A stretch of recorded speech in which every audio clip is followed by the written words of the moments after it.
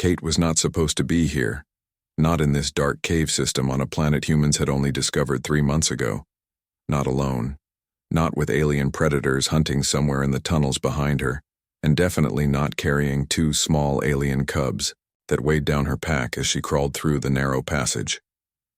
The mission was supposed to be simple, a routine exploration of the cave systems near Base Camp Horizon. Kate had been selected for her background in xenobiology, and her smaller frame which made navigating the tight caves easier.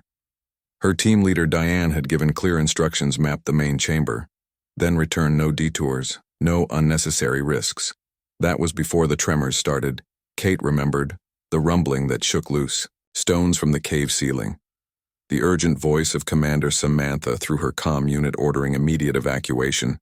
All personnel were to return to the surface transport vehicles. She had been making her way out when she heard it, a high-pitched, trilling sound coming from a small side tunnel. Every instinct told her to keep moving toward the exit. But Kate recognized the sound from her research, the distress call of juvenile Carrie, the 6-limbed furry creatures that the science team had been observing from a distance since their arrival. They were rare, intelligent, and according to her scans, the tunnel was about to collapse. Kate hesitated for only a moment before making her decision. She switched off her comm unit to silence Commander Samantha's commands and crawled toward the sound. The side tunnel was narrower than the main passage. Kate had to remove her equipment pack and push it ahead of her. As she wiggled forward on her elbows, the tremors were growing stronger, more frequent. Her helmet light illuminated falling dust and small rocks. Then she saw them, 2 small shapes huddled together at the end of the tunnel, their 6 eyes glowing in the beam of her light, their blue fur matted with cave dust. No adult Carrie in sight. The cubs trilled louder when they spotted her, their sound changing from distress to fear. Humans had been on this planet for such a short time that most native species still viewed them with suspicion or outright hostility. Kate knew she had only moments before the tunnel would become completely unstable. She reached into her pack and pulled out a nutrition bar. The Kari had been observed eating similar plant material. She broke off a piece and tossed it toward the cubs. They sniffed at it. Cautiously, one nibbled the edge. Another tremor shook the tunnel, bigger than the ones before. Kate heard the ominous crack of stone above her. No more time for gentleness. No more time for proper first contact protocols. Kate lunged forward and scooped both cubs into her arms. They squirmed and clawed at her environment suit, but the material held. She stuffed them into her pack, leaving it partially open so they could breathe. Then began the difficult backwards crawl to the main tunnel.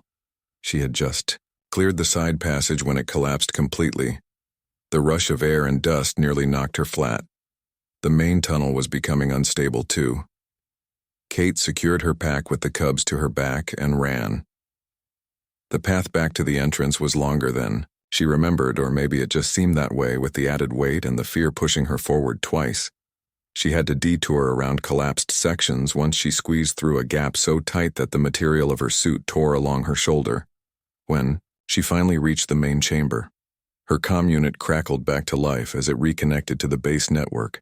"Kate, where are you? The transport leaves in 3 minutes with or without you."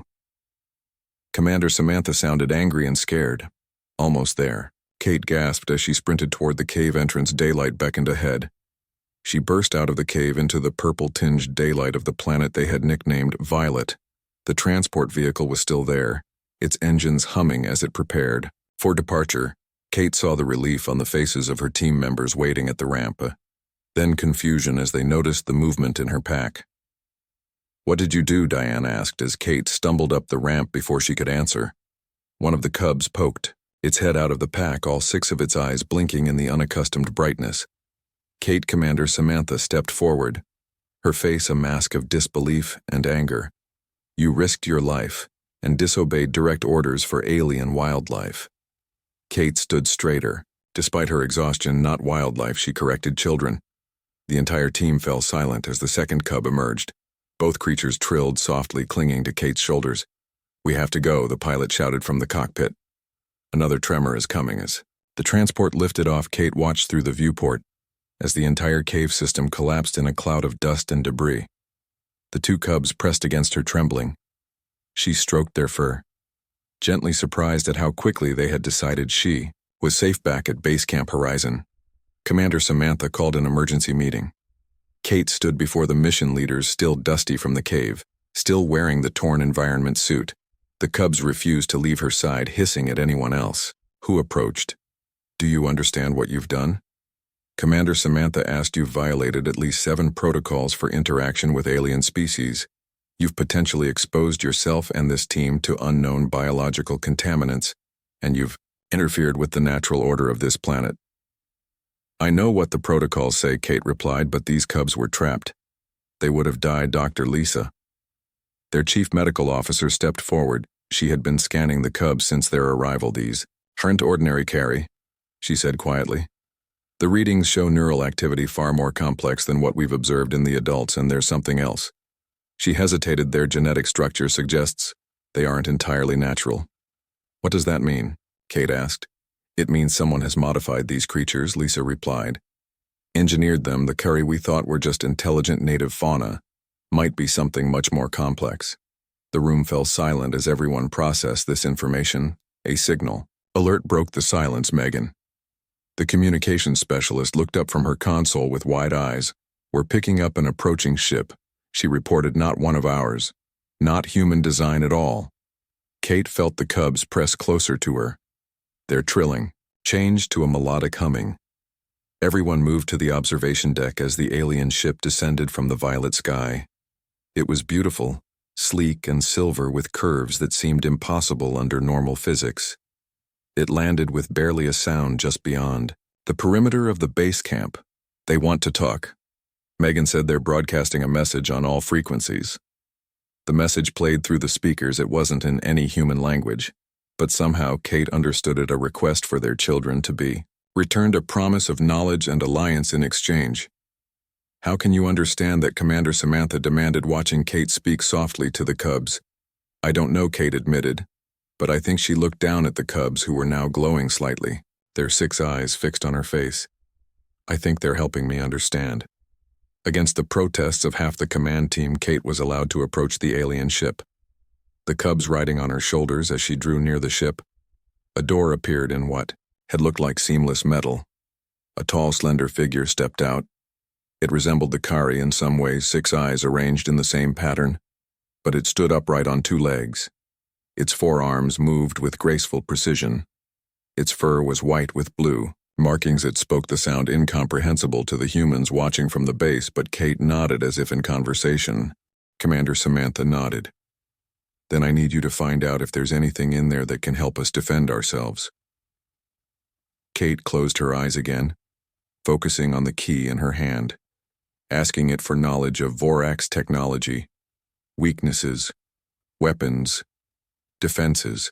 The information flooded her mind, overwhelming at first, then organizing itself into patterns she could understand. She opened her eyes, looking around the room at the frightened faces of her crewmates. "The Vorax rely on energy weapons," she said. "They can disable our electronics from orbit, but their ground troops have vulnerabilities. Their environmental suits are designed for methane-rich atmospheres. Our oxygen is toxic to them. They need those suits to survive here. That gives us an advantage." Nicole said, "We can target their life support." Kate nodded, "But there was more. They can detect energy signatures from our technology, so standard weapons won't surprise them, but they can't track organic life very well. The Mahari adapted to this by developing biological technology." "Can you use the key to access any of that technology?" Commander Samantha asked.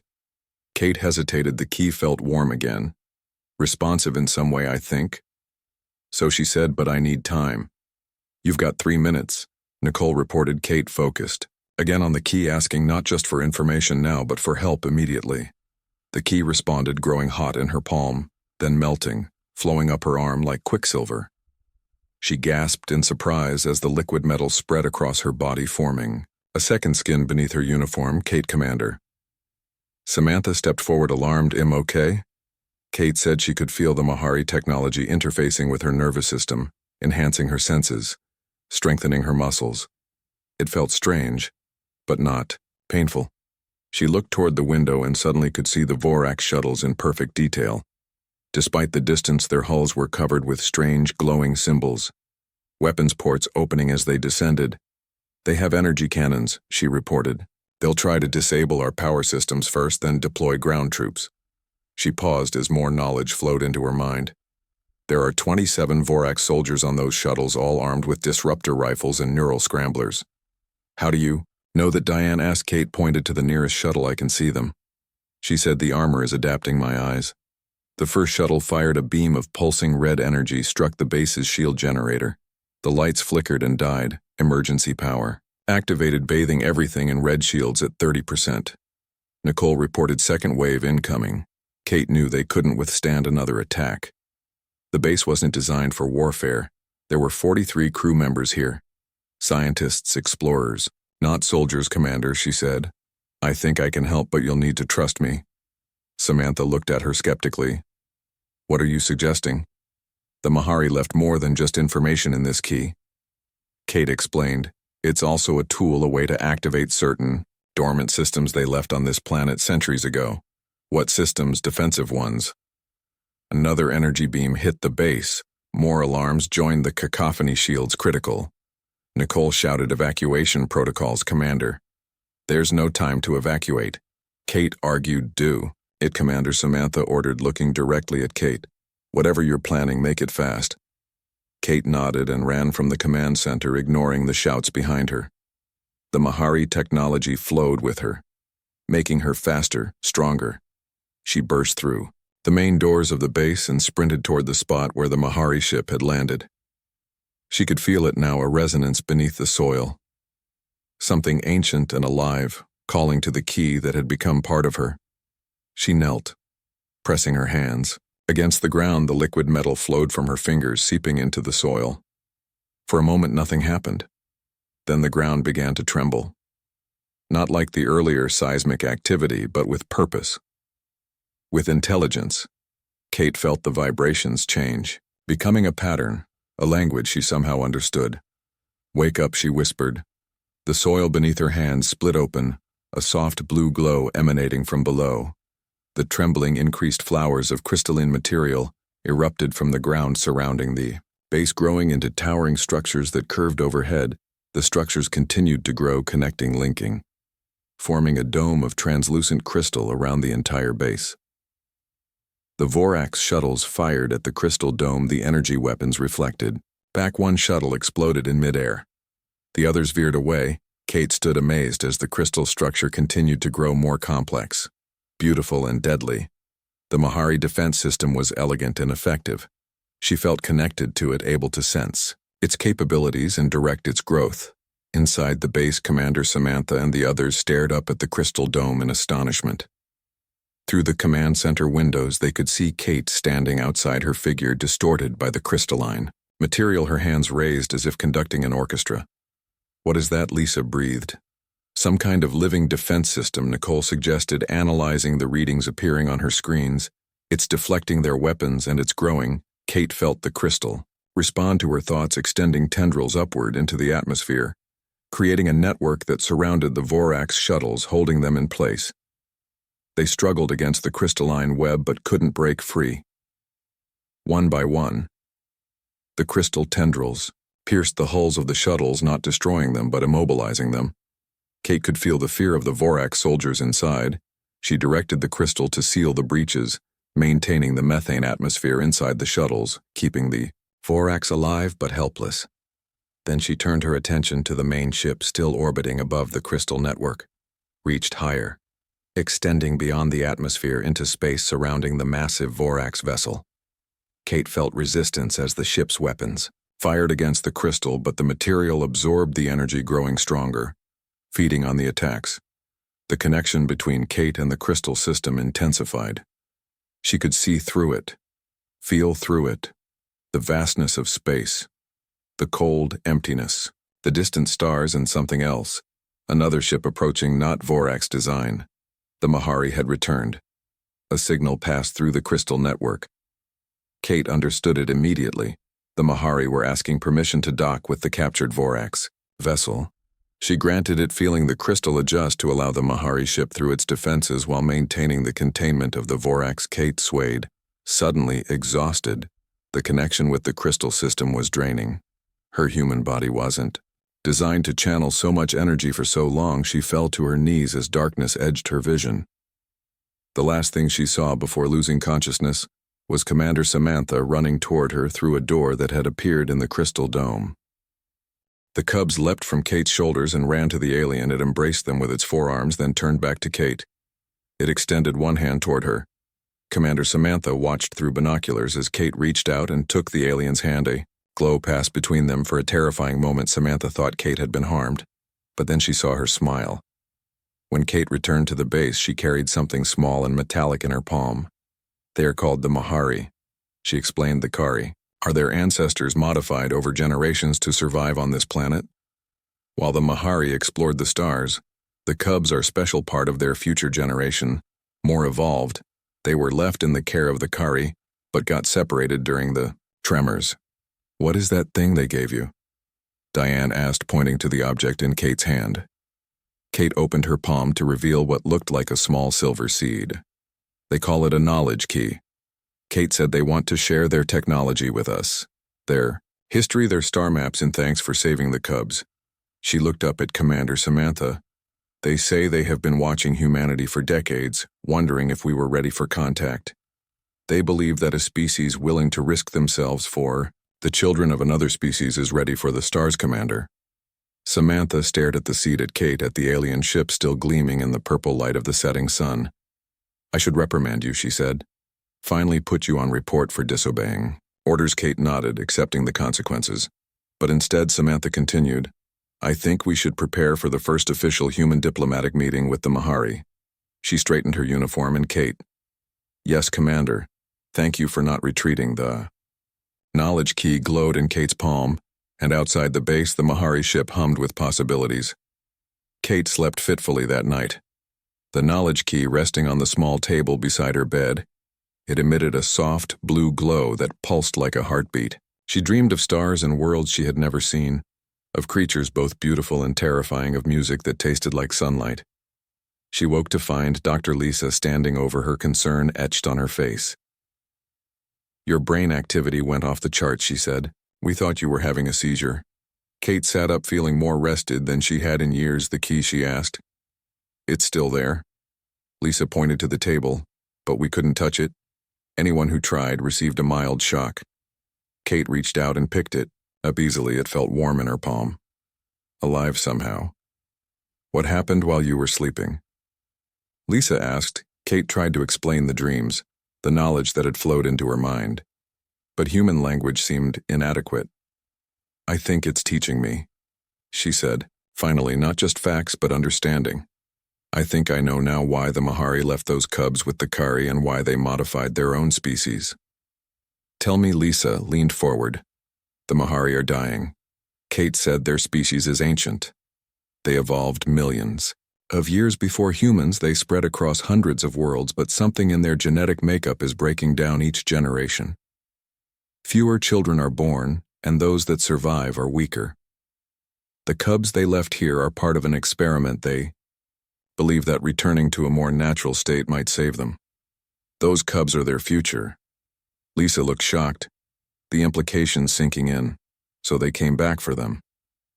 Not exactly, Kate said. They knew the cubs were here, but they didn't have the right to simply take them. They wanted to see if humans would help, to see if we could be trusted with their legacy. Before Lisa could respond, alarms blared throughout the base. Red emergency lights flashed in the corridors. What now? Kate asked as they rushed from the medical bay. The observation deck was chaos, crew members running between stations. Commander Samantha stood at the center, staring at the main screen. Another ship has entered orbit, Megan reported, but this one's different. Not Mahari design. A screen showed a massive vessel, angular and dark, where the Mahari ship had been curved and bright. It bristled with what could only be weapons. They're broadcasting, Megan said. The signal isn't like the Mahari message. It's targeted specifically at U.S. play. It's Samantha ordered. A harsh guttural language filled the room, scraping against Kate's ears like knives. The knowledge key in her hand grew hot. I can understand them. Kate said. Everyone turned to look at her.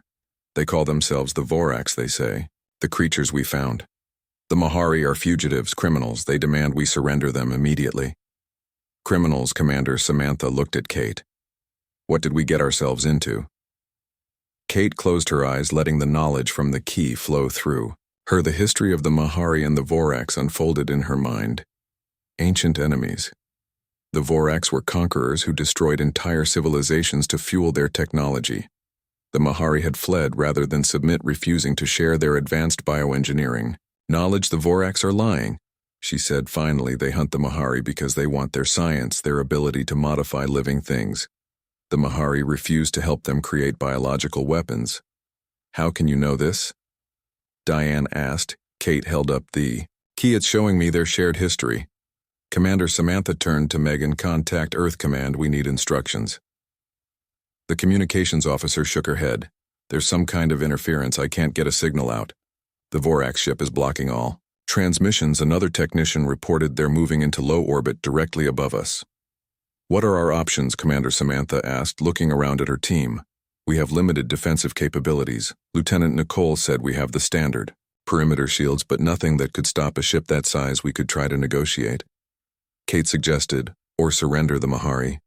Diane added, we don't know them. They aren't our responsibility. Kate felt the key pulse against her palm, disagreeing. The Mahari trusted us, she argued. They reached out in peace, maybe, but we're not equipped for an interspecies war. Commander Samantha said we need time to think. A second alarm sounded. Multiple smaller craft launching from the Vorax ship, Nicole reported. They're heading toward the Mahari vessel and toward us. How many? Lisa asked. At least 20, Nicole answered. On screen, Commander Samantha ordered. The observation screens showed dark, angular shuttles descending toward the planet's surface like hunting birds. Kate looked out the window at the silver Mahari ship still sitting peacefully beyond the base perimeter. Suddenly, a beam of energy lanced down from the sky, striking the ground near the ship, throwing up dirt and rocks. The Mahari ship rose gracefully. Evading a second attack, it hovered for a moment, then streaked away, disappearing into the violet clouds. They're gone, Diane said, sounding relieved. The key in Kate's hand grew colder, but she knew the Mahari hadn't truly abandoned them. The Vorax shuttles are still coming. Nicole reported 5 minutes to landing. Activate defensive protocols. Commander Samantha ordered all personnel to emergency stations. Nicole, coordinate with security. Dr. Lisa, prepare the medical bay for possible casualties. Kate turned to the commander. What exactly can you learn from that key? Everything, Kate replied. Kate woke in the medical bay, the familiar beep of monitoring equipment filling her ears. She blinked, trying to focus her vision. The liquid metal armor was gone. Her skin felt normal again, but there was a lingering sensation like an echo of the connection she had shared with the crystal defense system. How long was I out? She asked, her voice raspy. 3 days. Dr. Lisa appeared beside the bed, checking readings on the medical monitors. You had severe neural exhaustion. Whatever that crystal thing. Did it nearly fried your brain? Kate tried to sit up, but dizziness forced her back down. What happened with the Vorax contained? Lisa said, thanks to you, the Mahari arrived with reinforcements. They boarded the Vorax ship and captured the entire crew. Commander Samantha has been in negotiations with both species for the past 2 days. Negotiations. Kate was surprised. She had expected a battle. The Mahari are not warriors, Lisa explained. Not like the Vorax, they prefer diplomatic solutions when possible. The crystal defense system you activated gave them the advantage they needed to force the Vorax to talk. Kate nodded. Feeling relieved, her head still throbbed, but the pain was manageable. Can I see them? Not yet, Lisa said firmly. You need rest. Your neural pathways are still healing, but she smiled. You have visitors waiting. Before Kate could ask who, the door slid open. Commander Samantha entered, followed by Diane and Nicole. Our hero wakes, Nicole said with a grin. Kate winced at the term. I just did what seemed right. Commander Samantha stepped forward, her face serious. What you did was incredibly reckless, unauthorized and dangerous. Kate braced herself for the reprimand. It was also, Samantha continued, the bravest thing I've ever witnessed. And it saved all our lives. Thank you, Commander. Kate said softly. Samantha shook her head. No, Kate. Thank you. The Mahari have shared more of their history with us. They told us what you activated was one of their ancient planetary defense systems, something they left behind thousands of years ago when they first visited this world. They never expected a human would be able to control it. What happens now? Kate asked. Samantha smiled. That's what we want to talk to you about. Earth has authorized us to establish formal diplomatic relations with the Mahari. They want to share their technology with humanity, offer an alliance they believe we could help them with their genetic problem. And the Vorax, Diane added, are being held accountable by something called the Galactic Concord. Apparently there are other advanced species out there. The Mahari just reached out to them. Kate's mind reeled with the implications all this, because she couldn't leave two cubs behind in a cave. There was a soft chime at the door. A Mahari entered its graceful four-armed form, now familiar to Kate. This one was different from the first she had met, smaller with silvery fur instead of white, but with the same arrangement of 6 eyes. The human awakes, it said in perfect English. The cubs send their gratitude. Kate was startled not just by the alien's mastery of English, but by the mention of the cubs. Are they okay? They are. Well, the Mahari replied. They speak of you often. They consider you. Kate felt a warmth spread through her at the thought. The Mahari stepped closer. We have much to discuss when you are recovered. The knowledge key you carried was only the beginning. There is so much more we wish to share. Your kind has potential. We had not anticipated. Dr. Lisa cleared her throat. She needs rest first. The Mahari nodded. Of course we understand human physiology is different from ours, more fragile in some ways, stronger in others. We have provided your medical team with information that may help your recovery. It turned to leave then. Paused. What you activated the crystal defense system. It is called the Lumina network in our language. It was designed to protect, not destroy. That is why it responded to you so well. You share our philosophy. The alien departed, leaving Kate with more questions than answers. Commander Samantha looked thoughtful. The Mahari representative wants you to join the diplomatic team once you're recovered. Me? Kate asked. Why not a trained diplomat? You have a connection with them, Samantha explained. And with that crystal network it responds to you. They trust you in a way they don't trust the rest of us. What about the cubs? Kate asked. They will serve as mediators between our species. Nicole said, they understand both of us. Now, Kate tried to process everything that had happened in the past few days. Her life had changed completely, from xenobiologist to diplomat, from scientist to savior of an alien species. I need time to think, she said. Of course, Commander, Samantha replied. But not too much time. Earth wants answers and solutions. The Vorax may be contained for now, but there could be others out there like them. We need allies in a universe that suddenly seems much more crowded than we thought. The others left, allowing Kate to rest, but sleep eluded her. Her mind kept returning to the sensation of connection she had felt with the crystal network. The Lumina, it was called, a presence vast and ancient. It had responded to her, guided her, shared with her. A soft glow caught her attention coming. From the table beside her bed, she turned to see what looked like a tiny crystal sprouting from the surface. No bigger than her fingernail, but pulsing with the same blue light as the defense system. Kate reached out, touching it gently. Immediately, she felt the connection return, but gentler this time. Not overwhelming, just present a whisper rather than a shout. We are here, it seemed to say. You are not alone. The next morning, Kate felt strong enough to leave the medical bay. Dr. Lisa objected, but couldn't find any medical reason to keep her confined. Kate walked slowly through the base, surprised by the changes that had occurred during her 3 days of unconsciousness. The crystal dome remained overhead, casting everything in a soft blue light, but it had changed, becoming more transparent in some areas, opaque in others, forming elegant spires and arches. More surprising were the Mahari, now present throughout the base, working alongside humans, sharing knowledge, comparing notes. Some humans wore small crystal pendants similar to the one that had appeared beside Kate's bed, facilitating communication. Outside, the crystal dome had extended, creating a perimeter around the base with gardens growing between the crystal structures, plants Kate had never seen before, with luminous flowers and spiral leaves. Amazing, Diane said, appearing beside her.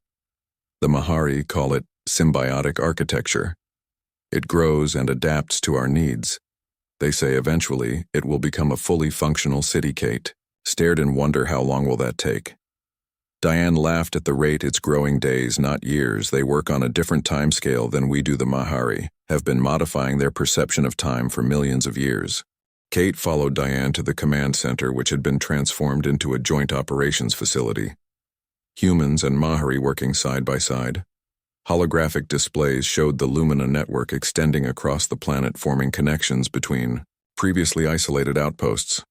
Commander Samantha stood in the center, directing the integration of Mahari technology with human systems. She looked up as Kate entered. Perfect timing. She said, "The Mahari Council is ready to meet with you." Kate hesitated. "I don't know what to say to them." Samantha smiled. "Just be honest, that's what got us this far." A Mahari approached, this one larger than the others with elaborate markings on its silvery fur. "This is Lyria." Samantha introduced the High Counselor of the Mahari expedition. Kate bowed, unsure of the proper protocol. Lyria returned the gesture, then extended all four hands. Kate hesitantly placed her hands in the aliens. The connection was immediate.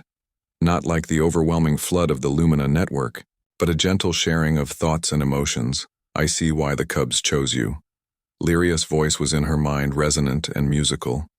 "You have courage and compassion in equal measure, rare qualities in any species." "Thank you," Kate replied, uncertain if she needed to speak aloud. "You saved more than just two cubs." Lyria continued through their mental link. "You saved hope for my people. We have searched for compatible species for centuries, those who could help us overcome our genetic limitations, who could understand our technology without misusing it. We found many who could do one or the other. Never both until now." The Mahari showed Kate images of their history, their rise, their expansion, their eventual decline. As each generation became weaker, their desperate search for a solution, their experiments with the Kari, and finally their discovery of humanity watching from afar as humans explored space. "We believe your species can help us," Lyria explained, "and we can help you. The Vorax are not the only predators among the stars. There are others who would take rather than share, who would destroy rather than create together. We can stand against them." "A partnership," Kate suggested. Lyria seemed pleased. "Something more, an alliance of equals, based on mutual respect and benefit." The mental connection broke gently, leaving Kate with a sense of optimism. Commander Samantha was watching her closely. What did she say? Kate tried to explain the concepts the Mahari had shared, the possibilities, the challenges, the hope. Samantha nodded. "Earth Command will want details, specifications, timelines. We need to establish formal protocols." A commotion at the entrance interrupted them. A smaller Mahari rushed in, accompanied by two familiar blue forms the Cubs had, grown already nearly twice the size they had been in the cave, their 6 eyes bright with intelligence. "Kate," they called in unison. Their voices higher than adult Mahari, but clearly understandable. They bounded across the room, leaping into her arms, nearly knocking her over. The entire room fell silent, humans and Mahari alike watching the reunion. Kate laughed as the Cubs nuzzled against her, their soft fur tickling her face. "We missed you," one said. "We waited for you to wake." The other added a mist. "You too," Kate said, surprised by how much she meant it. The Cubs chattered excitedly, telling her everything they had learned about humans, about the base, about the plans for cooperation. They switched between English and the musical Mahari language. Sometimes in the middle of sentences, Lyria watched with what Kate interpreted as amusement. "They have chosen you as their guardian," she explained, "a great honor among our people. They believe you are their true parent." Now Kate was stunned. "I don't know anything about raising Mahari children. You saved them when their own kind could not." Lyria said, "That is the essence of parenthood. Is it not?" Before Kate could respond, alarms sounded throughout the command center. "Incoming transmission," Nicole called. From her station, "It's from the Galactic Concord on screen." Commander Samantha ordered. New alien appeared on the main display. Unlike either the Mahari or Vorax, this one appeared almost crystalline, with a translucent body that refracted light in complex patterns. When it spoke, its voice was deep and melodious. "Greetings, people of Earth," the alien said. "I am Zephyr, emissary of the Galactic Concord. We have received the Mahari petition regarding the Vorax incursion and your role in resolving it." Commander Samantha stepped forward. This is Commander Samantha of Earth Base Horizon. We are honored by your communication. The crystalline being seemed to study her. We have observed your species for some time but had not expected direct contact. So soon the activation of a Lumina network by a human has accelerated matters considerably. All eyes turned to Kate, who tried to make herself smaller. The Conquered wishes to extend an invitation. The emissary continued. We would like Earth to send representatives to our central world to discuss membership. Commander Samantha repeated. In what exactly? The Galactic Concord is an alliance of spacefaring civilizations. Lyria explained to Kate and the room at large. We work together for mutual protection and advancement, sharing knowledge and resources while respecting the sovereignty of each member species. This invitation is unprecedented. The emissary added, typically new species must prove themselves for centuries before consideration. But the Mahari vouching for you, combined with your handling of the Vorak situation, has impressed the Council. Commander Samantha looked stunned.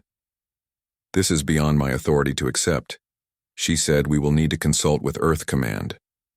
Of course, the emissary replied. We will await your formal response.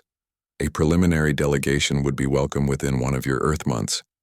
The transmission ended, leaving the command center in stunned silence. Did that just happen? Nicole whispered.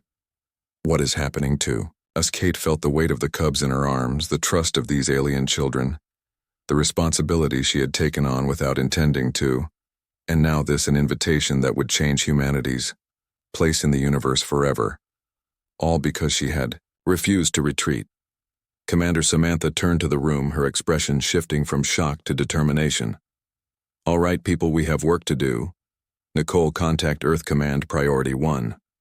Diane, prepare a full briefing on everything we've learned from the Mahari. Lisa, gather all medical data on our guests. Lyria.